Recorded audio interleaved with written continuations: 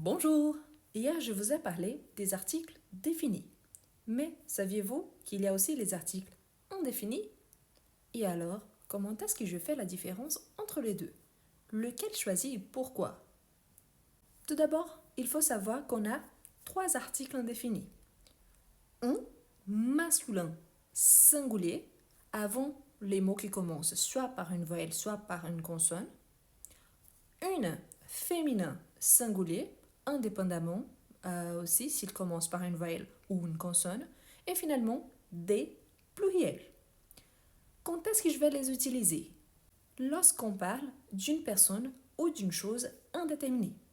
Imaginons par exemple, nous sommes dans un restaurant. Quel restaurant? Un restaurant quelconque. Et là-bas, il y a plusieurs tables. Si je vous dis, il y a une table libre là-bas, laquelle exactement? Je ne sais pas parce que il y a plusieurs. Pourtant, si je vous dis, la table là-bas, ici c'est défini. Pourquoi? Parce que je précise la table. Une table quelconque, c'est une parmi plusieurs. Si je vous dis aussi, j'ai une amie à Paris. Une amie parmi plusieurs. Mais laquelle? Je ne sais pas. Une de mes amies habite à Paris. On peut utiliser aussi les articles indéfinis pour introduire une chose dans un texte quand on les cite une première fois, ou même quand on est en train de s'exprimer à l'oral. Par exemple, je pense que je vais m'acheter un nouveau sac à main. Dans ces cas-là, c'est pour spécifier que je vais acheter quelque chose.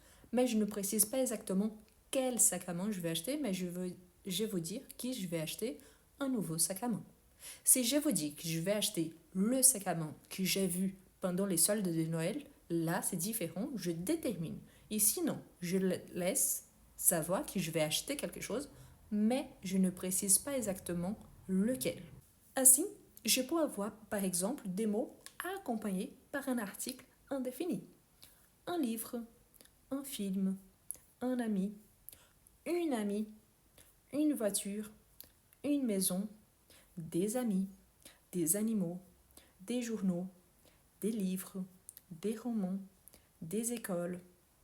Bien évidemment, il faut savoir que j'ai pour remplacer par exemple un article défini par un article indéfini et vice-versa, ça dépend du contexte.